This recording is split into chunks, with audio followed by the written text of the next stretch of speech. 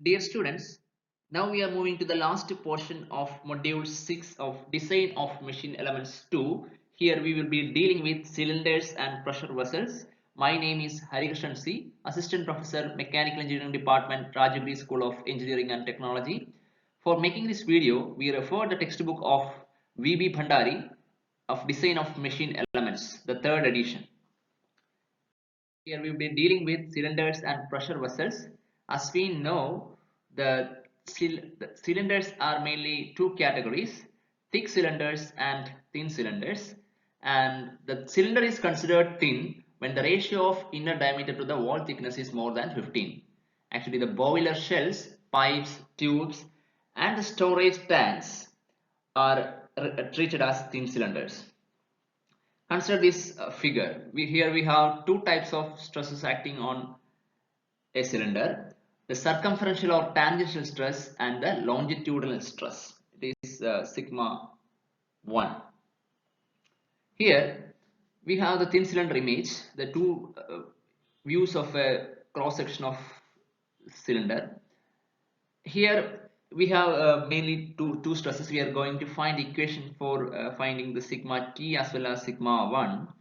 For finding the value of sigma t, considering the equilibrium of forces acting on the half portion of the cylinder of unit length, this one, unit length means length is unity. When you are applying the pressure into length into d, diameter, this direction, equal to 2 into sigma t into t into L value is 1. So sigma t is equal to P1 d1 by 2t. Similarly, considering to finding the value of sigma 1, you can consider the equilibrium in the longitudinal direction, this figure. Here pi into pi by 4 into di square is equal to sigma 1 into pi into di into t. Equating this, you will get the value sigma 1 is equal to P1 di by 40. Thin cylinder subjected to internal pressure, the circumferential stress should be the criterion for determining the cylinder wall thickness. When the circumferential stress exceeds the yield strength, failure will occur lengthwise. Also, when the longitudinal stress exceeds the yield strength, failure will occur in the transverse direction. It can be concluded that in case of thin cylinders subjected to internal pressure, the tendency to burst lengthwise is twice as great as at transverse section.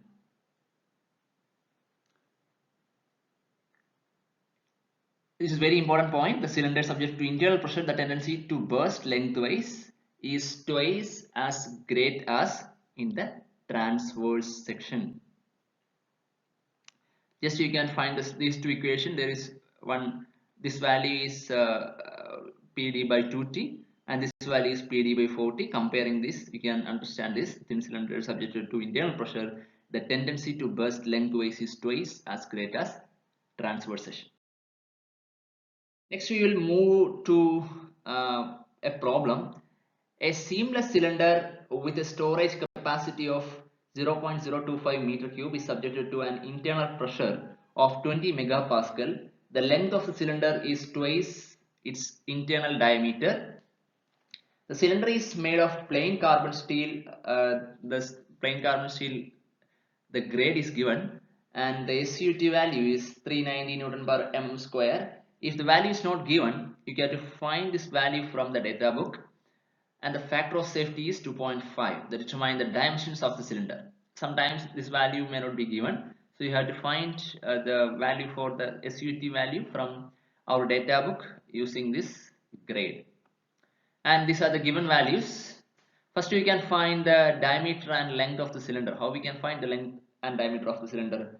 We know the equation for volume of the cylinder, and one more relation is given here. The length is twice the diameter. So using these two equations, equating these two equations, you can find the length, the diameter, and twice the value of diameter will be the length. These are the simple mathematical equations that you can, no need of data book, that you can substitute. Then you can, for finding the thickness of the cylinder, you have the equation sigma t is equal to PD by 2t. From that equation, t is equal to PD by 2 sigma t. In that, you can substitute the sigma t value as this. So substitute that value, you will get the thickness as 16 by thickness is equal to 16 mm. Then consider the case of thin spherical vessels. A spherical pressure vessel with a thin wall cut into two halves is shown in this figure. Considering the equilibrium of forces acting on each half, we have Pi into pi by 4 di square is equal to sigma 1 into pi into di into t. Equating these two, you will get T is equal to PD by 4 sigma T, where Pi is the internal pressure, Di is the internal diameter of the spherical shell, T is the thickness of the wall, and sigma T is the permissible tensile stress. Here the question: an air receiver consisting of a cylinder closed by hemispherical ends as shown in this figure. It has a storage capacity of 0.25 meter cube and an operating internal pressure of 5 megapascal. It is made of plain carbon steel 10C4. The SUT value is given here, and the factor of safety is 4, and neglecting the effect of weld joints, determine the dimensions of the receiver. For finding this, first you have to find the dimensions. For that we have two equations. The volume value, you know the volume value. Volume of this section is equal to pi by 4 di into di square into L plus pi by 6 di square. That means the spherical portion volume plus the volume of cylindrical portion. And we have the equation L is equal to 2 di. So equate the equation V is equal to pi by 4 di square L plus pi by 6 di cube, and L is equal to d 2 di.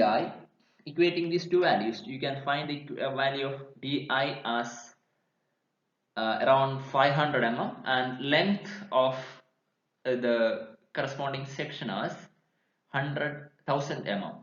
So then you have next portion, you can find the thickness of the cylindrical portion. We have the equation for thickness T is equal to cylindrical portion thickness is PD by 2T. We will be using the equation of sigma T there as PD by 2T is 2 sigma PD sigma T is equal to PD by 2T. In that equation, using that equation, you can substitute the value for T is equal to PDI by 2 sigma T. Substituting that equation, you will get the value of this as 14.7 and approximately 15 mm. And next you can find the thickness of hemispherical end. Equation for that is equal to sigma T is equal to PD by 4T. From that, T is equal to PD by 4 sigma T. Substituting that value, you will be getting an value of 7.35 mm or 8 mm. Here we will be studying about thick cylinders. In thick cylinders, when the ratio of inner diameter of the cylinder to the wall thickness is less than 15, the cylinder is called a thick walled cylinder or simply thick cylinder. Hydraulic cylinders, high pressure pipes and gun barrels are examples of thick cylinders. The difference between the analysis of stress in thick and thin cylinders are given here. In thin cylinders, it is assumed that the tangential stress is sigma T is uniformly distributed over the cylinder wall thickness. In thick cylinders, the tangential stress sigma T has highest magnitude at the inner surface of the cylinder and gradually decreases towards the outer surface. And the radial stress sigma R is neglected in the thin cylinders while it is significant in the case of thick cylinders. Here we are going to find out the variation of principal stress in axial direction, equation for the sigma 1, and for that we are considering a cylinder subject to only the internal pressure here, and we are considering an elemental string of radius r and radial thickness dr shown here, and the forces acting also shown here. And when we are considering the equilibrium of vertical forces in this figure, we can consider the length of cylinder as unity when this force into dr into L is unity value. So 2 dr plus 2 into this value into this two sides are there. So we are substituting the 2 into r plus dr into sigma r plus d into sigma r equal to 2r into sigma r. Here the length value is unity, so we are not considering the length for finding the area into sigma value. And considering the dr into d sigma r is a very less small value, so we are neglecting that value. Then equation, this value, this equation become this equation, sigma t plus sigma r in plus r into d by dr of sigma r equal to 0. And it is assumed that sigma 1 is uniformly distributed over the cylinder wall thickness. Therefore, the strain is constant. Epsilon 1 equal to sigma 1 by E plus mu into sigma R by E minus mu into sigma T by E. This value, this equation that we studied in the strength of materials lessons. Substituting this value, sigma R minus sigma T in this equation become E by mu into epsilon 1 minus sigma 1 by T, sigma 1 by E, where E is the modulus of elasticity and mu is the Poisson's ratio. And the right hand side of the equation B is constant, and it is denoted by minus 2z1. So this equation becomes C, and this equation C is equal to sigma R minus sigma T is equal to minus 2z1.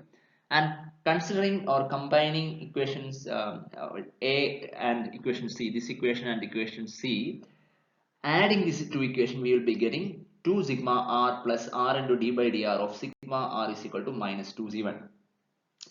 And multiplying both sides of the equation, the above equation, with this equation with the r, this equation, multiply the equation the left hand side and right hand side of this equation with the r, you will be getting the equation d, and this 2 sigma r plus r square into d by dr of sigma r is equal to minus 2c1r. Then we know the value of d by dr of r square dr is equal to 2r sigma r plus r square into d by dr of sigma r. This is for a rearrangement. We are considering this equation. This equation does not have any relation between the previous equation. For a rearrangement, we are assuming this equation, and from the above equations we can considering the above equations D and E, that means this equation and this equation, considering these two equations we can consider that d by dr of r square sigma r is equal to minus 2c1 into r. Actually this value is equal to the left hand side of this equation, so this equation is equal to minus 2c1 into r. Since this value is this, integrate this value with respect to r, you will be getting r square sigma r equal to minus c1 r square plus c2, or sigma r equal to this, when integrating with respect to r you will be getting this equation, or sigma r is equal to minus c1 plus c2 by r square. Simple mathematical rearrangement, you can obtain this equation. And substituting the above value in equation C, now this value, if you are substituting this value in equation C, you will be getting sigma t is equal to c1 plus c2 by r square. And we have some boundary conditions. Sigma r is equal to pi when the r is equal to di by 2, and sigma r is equal to 0 when r is equal to d0 by 2. And using these values, substituting in the boundary conditions, these values, when you are substituting boundary conditions in C1 and C2, for finding the C1 and C2 in these two equations, you will be getting C1 is equal to P1 di square by di d0 square minus d1 square, and C2 you will be obtaining a value this. And when you are substituting the constants in this equation f and g, you will be getting sigma r is equal to minus pi di square by d0 square minus di square into this value, and sigma t is equal to plus, here you will be having a minus value, Here you will be having a plus value. This minus value represent this is compressive stress. Sigma r is compressive stress. And principle for finding the principal stress in the axial direction, you have sigma 1 is assumed to be uniform over the cylinder wall thickness considering the equilibrium of forces in axial direction. Pi by 4 into di square into pi is equal to pi by 4 into d out square minus d inner square into d sigma 1. So from this you will be getting sigma 1 is equal to pi into di square by d0 square minus di square. In the variation of principal stress, sigma r and sigma t across cylinder thickness can be obtained if you are varying the di and d0 value here. This graph is available in page number 771 of V. Bhandari. Please refer that figure image using this data. You can understand how the variation of principal stress is the variation of principal stress in cylinder with the internal pressure. And when the material of the cylinder is brittle, such as cast iron or cast steel, the Lami's equation is used to determine the wall thickness. It is based on the maximum principal stress theory failure. When the maximum principal stress is equated to permissible stress for the material, as discussed from the preceding session, the three principal stresses are at inner surface of the cylinder are as follows. The sigma r is equal to minus p into I, and sigma t is equal to pi into di square plus d o square divided by the difference square, the square of the differences, d0 square minus di square. These three are the values, and for comparing these values you can understand that sigma t greater than sigma 1 greater than sigma r, and sigma t is the design criterion for this category materials. So we can take the equation of sigma t, and that equation is sigma t by pi is equal to d0 square plus di squared by d0 square minus di square. In that equation, substitute the value of component or dividendo that we studied previously in many design portions.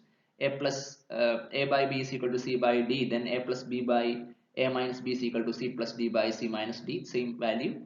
When you are applying that value, you can obtain the value for d0 by di is equal to root of sigma t minus pi by sigma t minus sigma t plus pi. This value is sigma t plus pi, and this is also sigma t plus pi, and sigma t plus pi by sigma t minus pi. Here d out is equal to di plus 2t. This is 2t, and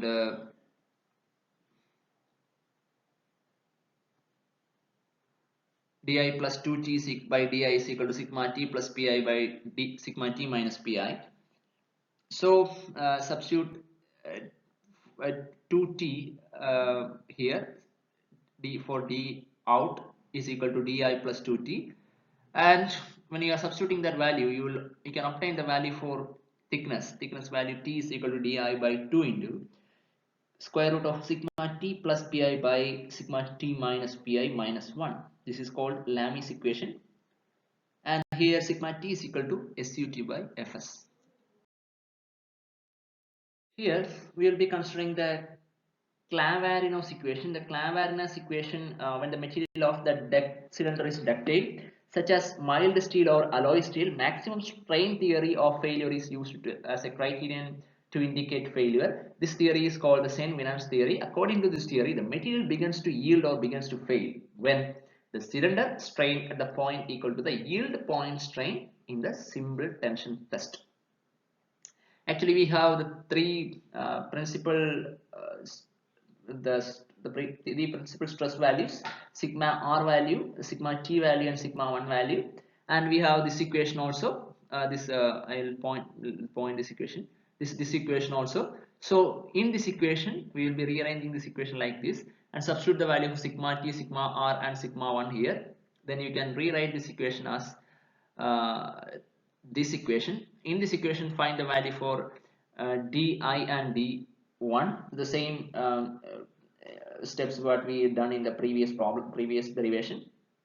Find di by do by di, and substituting do is equal to di plus 2t, then you can find the value for t as this equation. This equation is applicable to the cylinders with closed ends. It's very important section. This we are applying this equation only for the closed ends uh, and made of ductile materials. When you are getting a problem, you have to check whether it is ductile and the ends are closed. You have to follow the Clavarino's equation.